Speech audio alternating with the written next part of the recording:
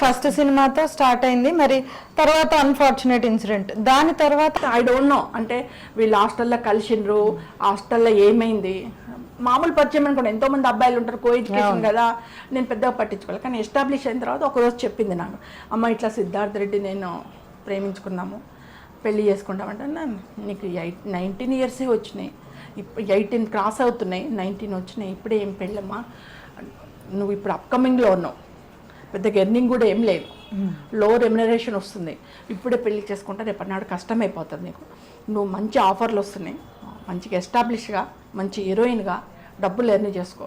ఆ అబ్బాయి కూడా ఇప్పుడు డిగ్రీలో ఉన్నాడు, పెద్దగా ఏం లేదు, సో ఆ అబ్బాయి కూడా ఎడ్యుకేషన్ కూడా పెద్దగా లేదు, ఆ అబ్బాయి కూడా బాగా చదువుకొని మంచి క్వాలిఫికేషన్స్ తెచ్చుకుంటాడు, నువ్వు మంచి ఎస్టాబ్లిష్ అవుతావు, తర్వాత నువ్వు ఇంత ఎర్నింగ్ చేసుకుంటే ఎవరు మీకు సపోర్ట్ ఇచ్చినా ఎవరు మీకు సపోర్ట్ ఇవ్వకపోయినా మీకు మీరు ఎస్టాబ్లిష్ అవుతారు. అతను ఏదైనా కంపెనీ పెట్టుకోవడమో, ఏదైనా జాబ్ చేసుకోవడమో, నువ్వేదైనా చేసుకోవడమో అవుతుంది, అప్పుడు మీరు మంచిగా ఉంటారు.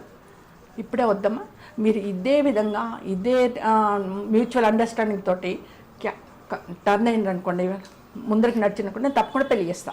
మీకేమీ ప్రాబ్లం రాలేదు, మీరు ఒప్పుకున్నా? పెళ్లి చేస్తా అని చెప్పిన, మీరు ఇట్లానే ఉండి మంచిగా ఉన్నారనుకో ఫ్యూచర్లో కూడా నేను పెళ్లి చేస్తా, నువ్వేం బాధపడకు, ముందు కాన్సన్ట్రేట్ ఆన్ ప్రొఫెషన్ అని చెప్పిన. మా పాప కరెక్ట్ అమ్మా, నువ్వు చెప్తున్నావు, ఇప్పుడే పెళ్లి చేసుకుంటే కష్టాలు వస్తాయి, నా ప్రొఫెషన్ మీద కాన్సన్ట్రేట్, తను ఫుల్ కాన్సన్ట్రేట్ అయిపోయింది. అక్కడ వచ్చేసరికి అటు సైడ్ సిచ్యువేషన్కి వాళ్ళ ఇంట్లో ఎవరు ఒప్పుకోవాలి, మదర్ ఫాదర్ ఒప్పుకోవాలి, మెయిన్లీ కావాల్సింది మదర్ ఫాదర్ ఒప్పుకోవాలి.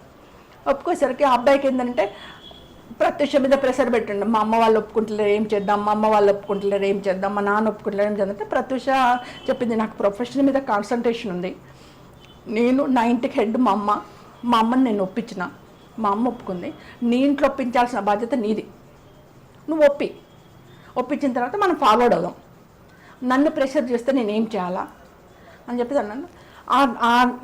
ఇక్కడ ఈ డిస్కషన్ జరుగుతుంటే ప్రత్యూషకు మోర్ ఆఫర్లు వస్తున్నాయి ఇక్కడ.